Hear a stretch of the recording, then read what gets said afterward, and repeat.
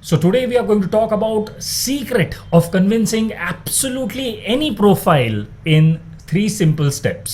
या फिर आज इस वीडियो में हम बात करने वाले हैं ऐसे एक सीक्रेट के बारे में जिसकी मदद से आप 3 सिंपल स्टेप्स में किसी भी प्रोफाइल को कन्विंस कर सकते हो। तो वो सीक्रेट क्या है, आइए देखते हैं इस वीडियो में।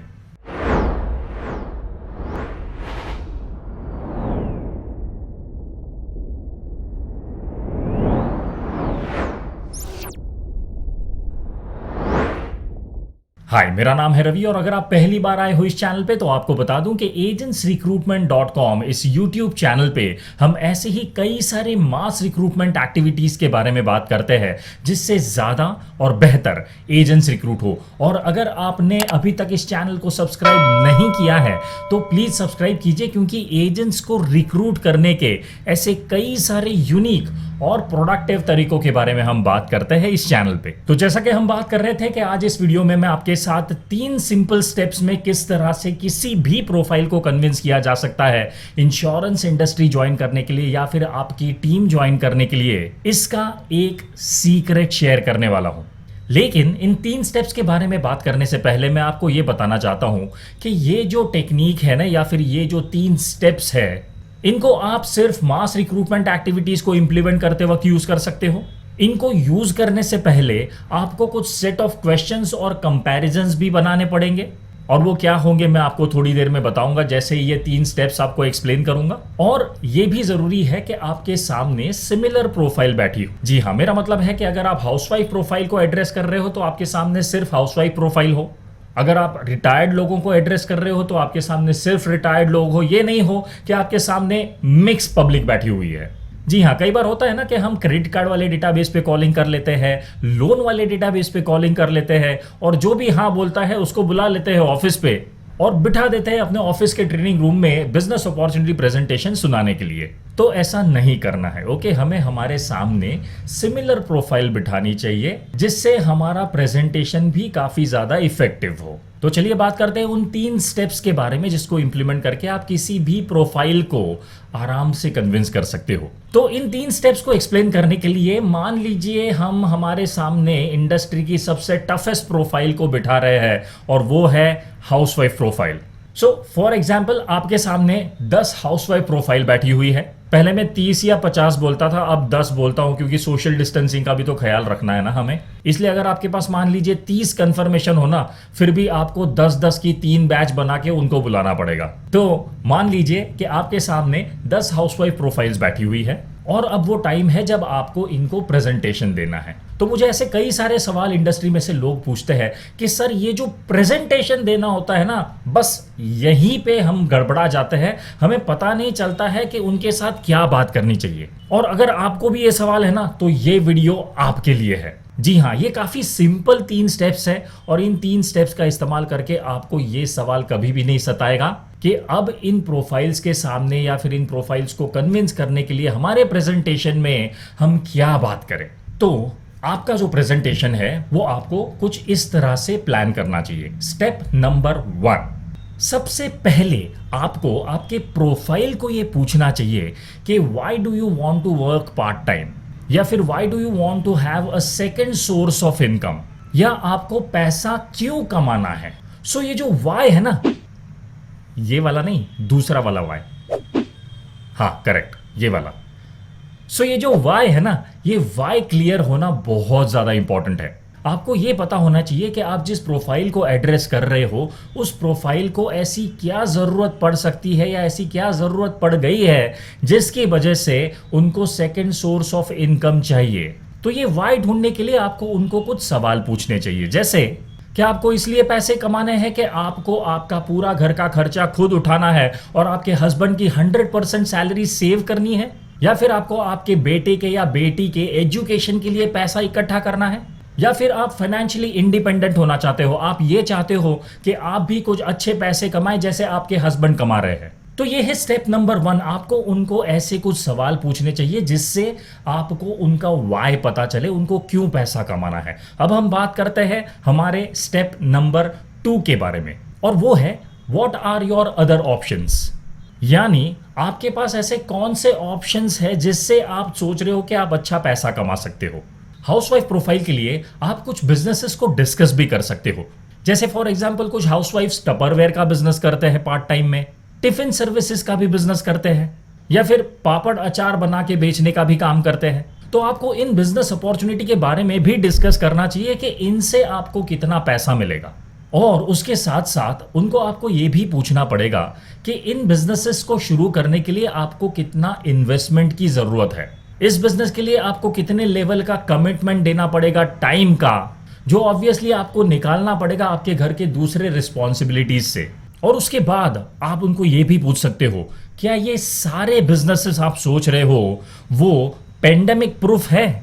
यानी भगवान ना करे कल उठ के कोरोना की तरह ही दूसरा कोई वायरस आ गया और फिर से पूरा कंट्री लॉकडाउन में चला गया, तो ऐसे लॉकडाउन के सिचुएशन में भी क्या आप इस बिजनेस को कर पाओगे? तो आपको उन्हें ये पूछना पड़ेगा कि जो भी दूसरे बिजनेस के बारे में आप सोच रहे हो, क्या वो बिजनेस पेंडेमिक प्रूफ है? 99% ऑफ द केसेस में आपको जवाब ना में मिलेगा। और फिर आप उनको ये बता सकते हो कि ऐसे लॉकडाउन के सिचुएशन में भी इंश्योरेंस इंडस्ट्री में ऐसे कई सारे लोग हैं जिनके बैंक अकाउंट में पैसा रेगुलरली आया है। जो कस्टमर को डायरेक्टली मिल नहीं पाते थे, वो ऑनलाइन मिल के भी अपना बिजनेस चला रहे थे।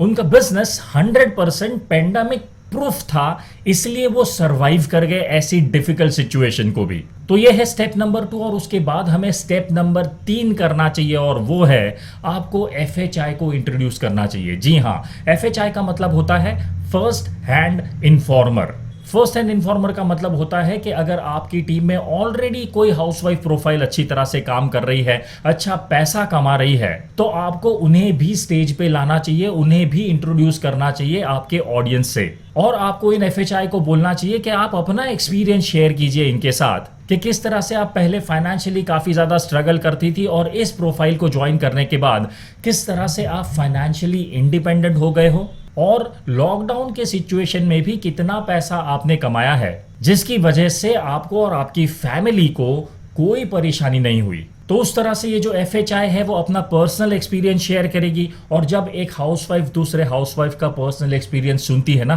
तब जल्दी कन्विंस होती है। जी हाँ, उनको ये प्रैक्टिकल लगने लग जाता है, उनको ये विश्वास आ जाता है कि अगर इस प्रोफाइल को मैं भी करती हूं तो मैं भी इन्हीं की तरह अच्छा पैसा कमा पाऊंगी और उसके साथ साथ अपनी फैमिली को भी टाइम दे पाऊंगी। तो ये 3 स्टेप आपको काफी ध्यान से और अच्छी तरह से प्लान करके इंप्लीमेंट करने चाहिए। मैं इन तीनों स्टेप को फिर से रिपीट करता हूं। पहला स्टेप, आपको आपकी प्रोफाइल का वाई अंडरस्टैंड करना है। आपको यह समझना है कि उनको इस प्रोफाइल की जरूरत क्यों है, उनको एक्स्ट्रा सोर्स ऑफ इनकम की जरूरत क्यों है।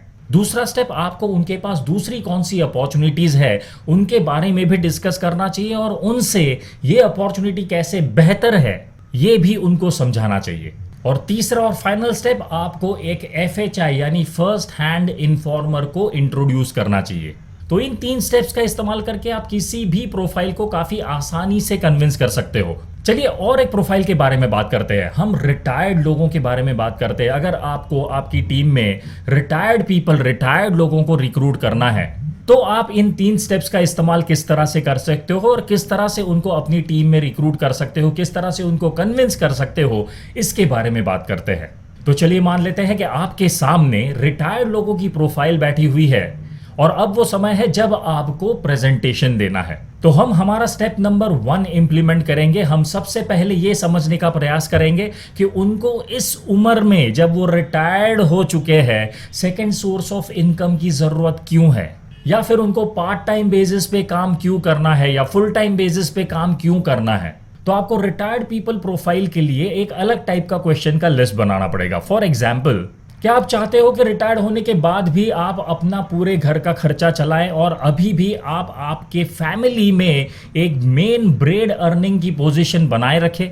जी हाँ, ऐसा कई बार होता है ना कि जब बच्चा बड़ा हो जाता है, कमाने लग जाता है ना, तो बाप का जो पोजीशन होता है वो कहीं ना कहीं सेकेंडरी लेवल पे आ जाता है। तो वो कई लोगों को खटकता है। वो चाहते हैं कि नहीं, मैं जब तक जिंदा हूं तब तक मैं ही मेन ब्रेड अर्निंग ओनर, इस फैमिली का जो हेड है वो बना रहा हूं।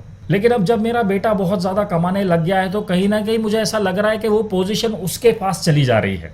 जो मैं नहीं चाहता। मैं चाहता हूं कि मुझे भी पहले की तरह ही मेरी फैमिली में इंपॉर्टेंस मिलता रहे और पहले ही की तरह सब लोग मुझे रिस्पेक्ट करते रहे। या फिर क्या आप चाहते हो कि आपके पोता या पोती की जितनी भी नीड्स हैं उनको आप सेटिस्फाई करो, या फिर आप अभी भी फाइनेंशियली इंडिपेंडेंट रहना चाहते हो और आपके डेली खर्चे के लिए आपको आपके बेटे या बेटी से पैसे मांगने में काफ़ी ज़्यादा दिक्कत होती है, आपको उनसे पैसे नहीं मांगने, और इसीलिए फाइनेंशियली इंडिपेंडेंट होने के लिए आपको ये प्रोफाइल ज्वाइन करनी है। देखिए, ये वाई जानना ना बहुत ही ज़्यादा इंपॉर्टेंट होता है। मैं अपना एक पर्सनल एक्सपीरियंस आपके साथ शेयर करता हूँ। ऐसे ही किसी प्रेजेंटेशन में मैं रिटायर्ड लोगों की प्रोफाइल को एड्रेस कर रहा था और उनका वाई जानने की कोशिश कर रहा था। तो उसमें से एक बुजुर्ग मेरे पास आए और उन्होंने मुझे ये बताया कि उनको इस प्रोफाइल को इसलिए ज्वाइन करना है क्योंकि उनकी फैमिली में उनका इम्पोर्टेंस उनकी पेंशन की वजह से ही रहा है। जी हाँ, अगर गवर्नमेंट का रूल नहीं होता ना कि पेंशन जब तक आदमी जिंदा है तब तक ही उसको मिलेगी, या फिर आदमी अगर जिंदा नहीं है तभी भी उसकी पेंशन उसकी फैमिली को मिलेगी, अगर ऐसा रूल होता ना तो शायद अब तक मैं जिंदा नहीं होता। हर साल मुझे जो दिखाना पड़ता है ना गवर्नमेंट को कि मैं जिंदा हूं और मेरा पेंशन मुझे देते रहे, बस वो साइन के लिए मैं जिंदा हूं और मेरी फैमिली में मेरा इंपॉर्टेंस सिर्फ उस साइन की वजह से है। वैसे पेंशन का अमाउंट कुछ बड़ा नहीं है, लेकिन फिर भी मेरे बेटे और मेरी बहू को ये लगता है कि कुछ तो आता है इनकी वजह से हमारे घर में। और पूरे साल में जब मेरा बेटा मेरे साथ कहीं पे बाहर निकलता है ना तो उस पेंशन ऑफिस में जाके साइन करने के लिए निकलता है। और इसीलिए मैं ये चाहता हूँ कि इस पूरी सिचुएशन को ना बदल दूँ, और मुझे पता है वो तभी बदलेगी जब मैं घर में कुछ अच्छा पैसा कमा के लेके आऊँगा। लेकिन अनफॉर्चुनेटली अब मेरी इतनी ज़्यादा उम्र हो चुकी है कि कहीं पे भी मुझे कोई भी काम नहीं मिल रहा है। लेकिन आपकी इस अपॉर्चुनिटी को सुनने के बाद पता नहीं क्यों मुझे ऐसा लग रहा है कि इसको मैं काफ़ी अच्छी तरह से कर पाऊँगा और इस उम्र में भी एटलीस्ट इतना पैसा मैं कमा पाऊँगा कि अपने बेटे और अपनी बहू के पास से थोड़ी बहुत इज्जत खरीद सकूँ। सो यू नेवर नो, ये वाई पूछने से आपको किस टाइप का रीज़न मिल जाए।